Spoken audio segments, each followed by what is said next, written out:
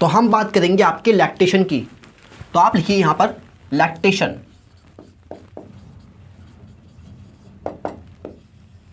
ठीक है, और लैक्टेशन का मतलब क्या होता है, देखिए ध्यान से देखिए, लैक्टेशन का मतलब क्या होता है। तो लैक्टेशन का मतलब होता है आपके मिल्क का सिंथेसिस और सिक्रीशन। ठीक है, तो मिल्क का बनना और उसका सिक्रीशन होना किसके अंदर, मेमरी ग्लैंड्स के अंदर, इसी को आप क्या बोलते हैं, लैक्टेशन बोलते हैं। तो synthesis and secretion of milk in mammary glands, इसी को आप क्या बोलते हैं, लैक्टेशन। तो मिल्क का बनना, सिंथेसिस एंड सिक्रीशन और उसका निकलना, ठीक है, synthesis and secretion of milk किसमें, इन मेमरी ग्लैंड्स।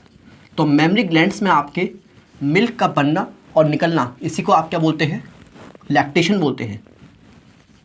ओके, तो ये आपकी समझ में आ गया होगा। और ये आपके कब होता है, तो आप कहेंगे ये आपके प्रेगनेंसी के टाइम पे होता है। ठीक है, और आप ध्यान से देखिए कि ये कैसे होता है। तो ड्यूरिंग प्रेगनेंसी के टाइम पे आप देखेंगे कि मदर के हाइपोथैलेमस से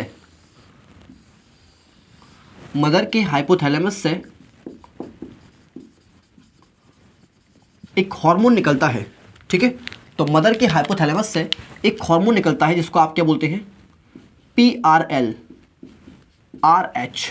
ठीक है, तो PRLRH क्या है, प्रोलैक्टिन रिलीजिंग हार्मोन। ठीक है, तो ये प्रोलैक्टिन रिलीजिंग हार्मोन आपकी जाके एक्ट करेगा कहाँ पर, ये एक्ट करता है एंटीरियर पिट्यूटरी पे। ठीक है, तो प्रेगनेंसी के टाइम पे मदर के हाइपोथैलेमस से एक हार्मोन निकलता है जिसको आप क्या बोलते हैं, प्रोलैक्टिन रिलीजिंग हार्मोन। और ये प्रोलैक्टिन रिलीजिंग हार्मोन आपके एक्ट करता है किस पे, एंटीरियर पिट्यूटरी पे जाके एक्ट करेगा। और एंटीरियर पिट्यूटरी से ये निकलवाएगा क्या ये निकलवाता है आपके प्रोलैक्टिन। ठीक है, और प्रोलैक्टिन आपके एक्ट करता है किस पे, एक्ट ऑन मेमरी ग्लैंड। ये मेमरी ग्लैंड पे आपके एक्ट करेगा। और आप जानते हैं कि यहाँ पर मेमरी ग्लैंड के ऊपर इसके दो इफेक्ट होते हैं। ठीक है, तो मेमरी ग्लैंड के ऊपर इसके दो इफेक्ट होते हैं। एक होता है आपके मेमोट्रॉफिक।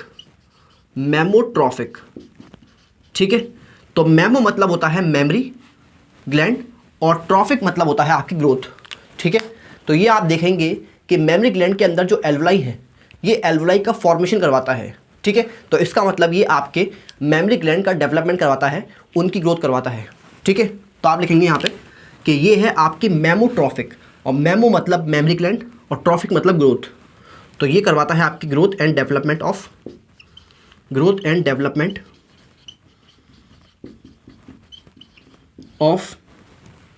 Mammary gland. तो ये मेमरी ग्लैंड की ग्रोथ और डेवलपमेंट करवाता है कब, ड्यूरिंग प्रेगनेंसी। ठीक है, ड्यूरिंग प्रेगनेंसी। तो एक इफेक्ट क्या है इसका, मेमोट्रॉफिक इफेक्ट है।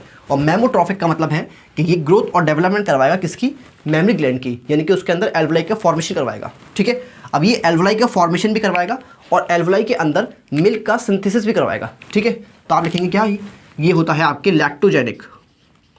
और लैक्टोजेनिक का मतलब है, लैक्टो मतलब मिल्क और जेनिक मतलब फॉर्मेशन। ठीक है, तो ये आपकी क्या करवाता है, मिल्क प्रोडक्शन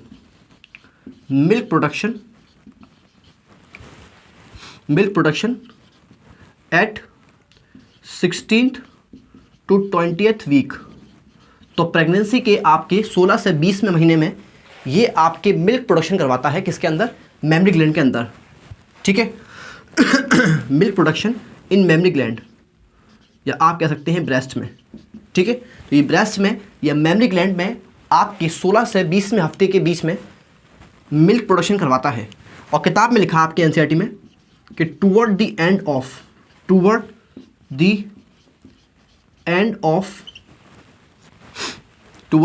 ऑफ प्रेगनेंसी। ठीक है, ओके। तो मैंने आपको क्या बताया कि ये आपके प्रोलैक्टिन हार्मोन। ठीक है, तो आप देखेंगे ड्यूरिंग प्रेगनेंसी के टाइम पे, ठीक है। प्रेगनेंसी के टाइम पे आप देखेंगे कि हाइपोथैलेमस से एक हार्मोन निकलता है जिसको आप क्या बोलते हैं, प्रोलैक्टिन रिलीजिंग हार्मोन। और प्रोलैक्टिन रिलीजिंग हार्मोन आपके एक्ट करता है किस पे, एंटीरियर पिट्यूटरी पे एक्ट करेगा, और एंटीरियर पिट्यूटरी से ये क्या निकलवाएगा, आपके प्रोलैक्टिन निकलवाएगा, ठीक है। और प्रोलैक्टिन आपके काम करेगा किस पे, मेमरी ग्लैंड्स पे काम करेगा। और मेमरी ग्लैंड्स पे इसके दो इफेक्ट होते हैं, एक होता है आपके मेमरी ग्लैंड्स, सॉरी एक होता है आपके मेमोट्रॉफिक और एक होता है आपके लैक्टोजेनिक। मेमोट्रॉफिक का मतलब है कि ग्रोथ करवाएगा ये मेमरी ग्लैंड की, ठीक है। तो आप लिखेंगे क्या, growth and development of mammary glands. और लैक्टोजेनिक का मतलब है कि ये मिल्क फॉर्मेशन या मिल्क प्रोडक्शन करवाएगा किसके अंदर, मेमरी ग्लैंड्स के अंदर। तो आप लिखेंगे milk production in breast toward the end of pregnancy. ये कह सकते हैं आपके 16 से 20वें हफ्ते के बीच में ये आपके मिल्क प्रोडक्शन करवाता है किसमें, मेमरी ग्लैंड्स में, ठीक है। चलिए तो प्रेगनेंसी के आपके 16 से 20वें हफ्ते के बीच में ये आपके मिल्क प्रोडक्शन करवाता है मेमरी ग्लैंड्स के अंदर, ओके। अब आप यहाँ पे लिखिए क्या, मिल्क इजेक्शन, ठीक है। और मिल्क इजेक्शन देखिए आप ध्यान से, इजेक्शन का मतलब होता है निकलना, ठीक है।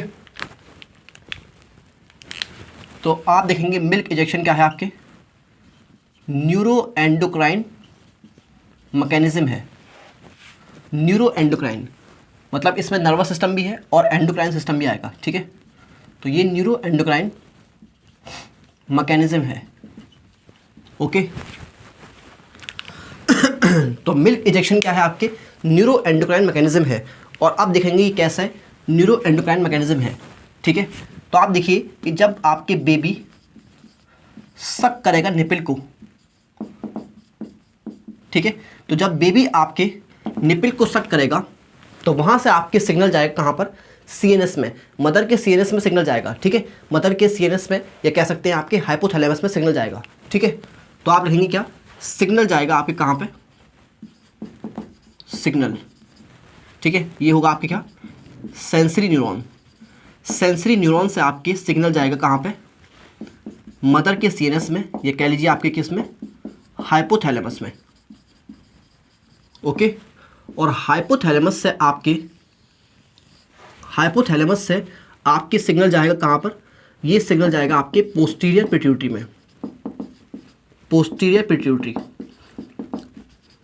ओके। और पोस्टीरियर पिट्यूटरी से एक हार्मोन निकलेगा जिसको आप क्या बोलते हैं, ऑक्सीटोसिन, ठीक है। और आप जानते हैं कि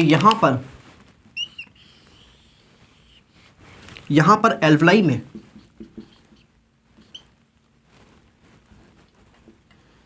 यहाँ पर आपके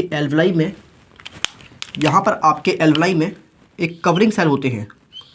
और इन कवरिंग सेल का नाम मैंने आपको बताया था पहले, ये कवरिंग सेल का नाम होता है मायो एपिथेलियल सेल, मायो एपिथेलियल सेल, ठीक है। तो मायो एपिथेलियल सेल के पास मैंने आपको बताया था कि ऑक्सीटोसिन रिसेप्टर होते हैं, ठीक है। तो ये क्या है आपके, ऑक्सीटोसिन रिसेप्टर,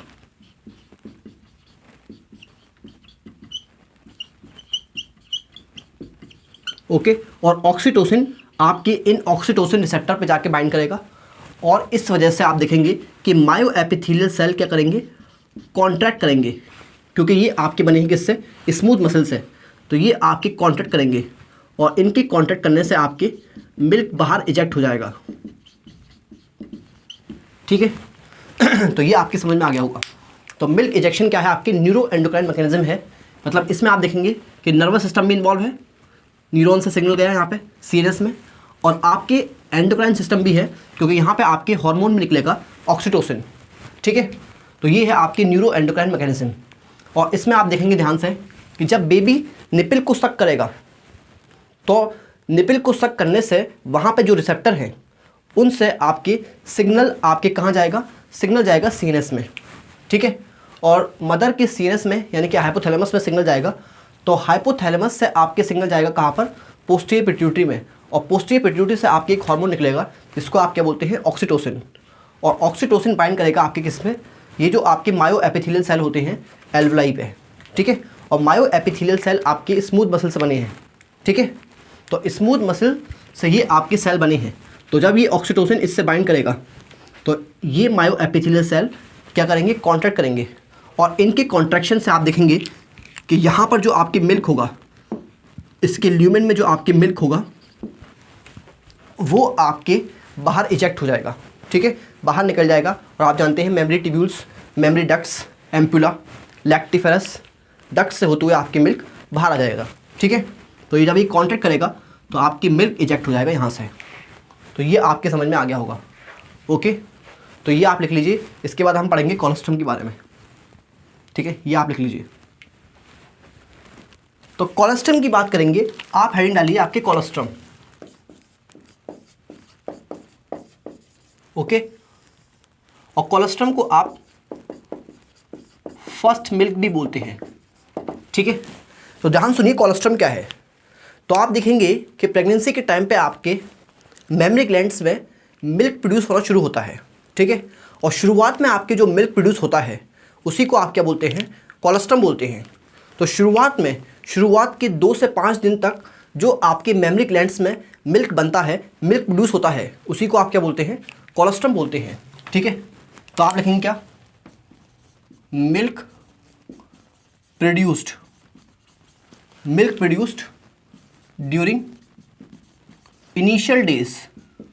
और इनिशियल डेज का मतलब है शुरुआत के 2 से 5 दिन तक, ठीक है, ड्यूरिंग लैक्टेशन। तो लैक्टेशन के टाइम पे आपके प्रेगनेंसी में लैक्टेशन के टाइम पे आपके 2 से 5 दिन तक जो आपके शुरुआत में मिल्क बनता है उसी को आप क्या बोलते हैं, कोलोस्ट्रम बोलते हैं। और इसका कलर कैसा होता है आपके, स्लाइटली येलोइश, ठीक है। अब आप देखिए जो न्यू बॉर्न है, इन्फेंट है, जो बेबी आपके अभी पैदा हुआ है, तो उसका इम्यून सिस्टम आपके इतना डेवलप नहीं होता कि जो बाहर के बैक्टीरिया वायरस हैं वो उनसे लड़ सके, ठीक है। तो इसलिए आप देखेंगे कि कोलोस्ट्रम में आपके खूब सारी क्या होती हैं, एंटीबॉडीज़ होती हैं। और एंटीबॉडीज़ कौन सी होती हैं आपके, IgA टाइप होती हैं। तो ह्यूमन हेल्थ एंड डिजीज़ में हम पढ़ेंगे कि एंटीबॉडीज़ 5 टाइप की होती हैं और कोलोस्ट्रम में आपकी कौन सी होती है, IgA टाइप होती है, ठीक है। तो बेबी का या इन्फेंट का इम्यून सिस्टम अभी इतना डेवलप नहीं है कि वो बाहर के बैक्टीरिया वायरस या इन्फेक्शन से लड़ सके। तो आप देखेंगे कि ब्रेस्ट फीडिंग से आप देखेंगे कि जो मदर का मिल्क है उसमें आपके क्या हैं, बहुत सारे एंटीबॉडीज़ हैं।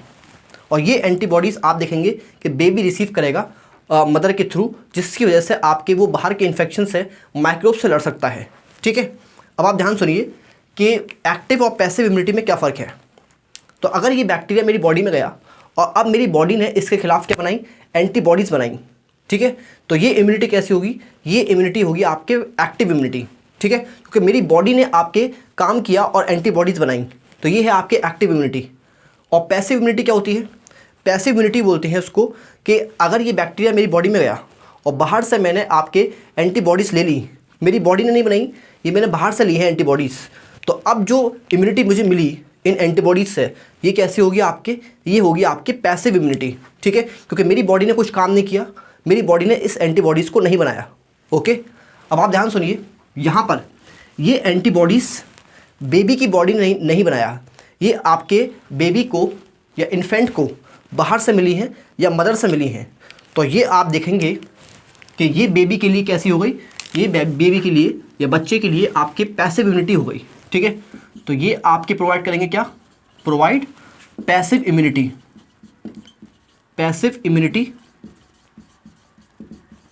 टू इन्फेंट का मतलब है आपके न्यूबॉर्न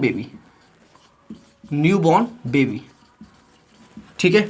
तो ये आपकी समझ में आ गया होगा, तो एक्टिव और पैसिव इम्यूनिटी में क्या फ़र्क है आपके, कि अगर ये मैंने बाहर से मेरी बॉडी में बैक्टीरिया एंटर किया और मेरी बॉडी ने अब बनाया इसके खिलाफ क्या, एंटीबॉडीज़, तो ये कैसी इम्यूनिटी हो गई आपके, ये एक्टिव इम्यूनिटी हो गई, क्योंकि मेरी बॉडी ने काम की और एंटीबॉडीज़ बनाई, ठीक है। और अगर ये बैक्टीरिया मेरी बॉडी में एंटर किया और मेरी बॉडी ने अभी इसके खिलाफ एंटीबॉडीज़ नहीं बनाई हैं, मैंने बाहर से एंटीबॉडीज़ ली हैं, ठीक है। तो ये जो एंटीबॉडीज़ मुझे इम्यूनिटी प्रोवाइड कर रही हैं, ये कैसी इम्यूनिटी हो गई आपके, ये पैसिव इम्यूनिटी हो गई, ठीक है। तो ऐसे ही आप देखेंगे कि बेबी को भी आपके बाहर से मिली हैं आपके ये एंटीबॉडीज़, मतलब माँ से मिली हैं, तो ये बेबी के लिए क्या हुई, पैसिव इम्यूनिटी हो गई, ओके। चलिए ये आपकी समझ में आ गया होगा, ठीक है। ये आप लिख लीजिए।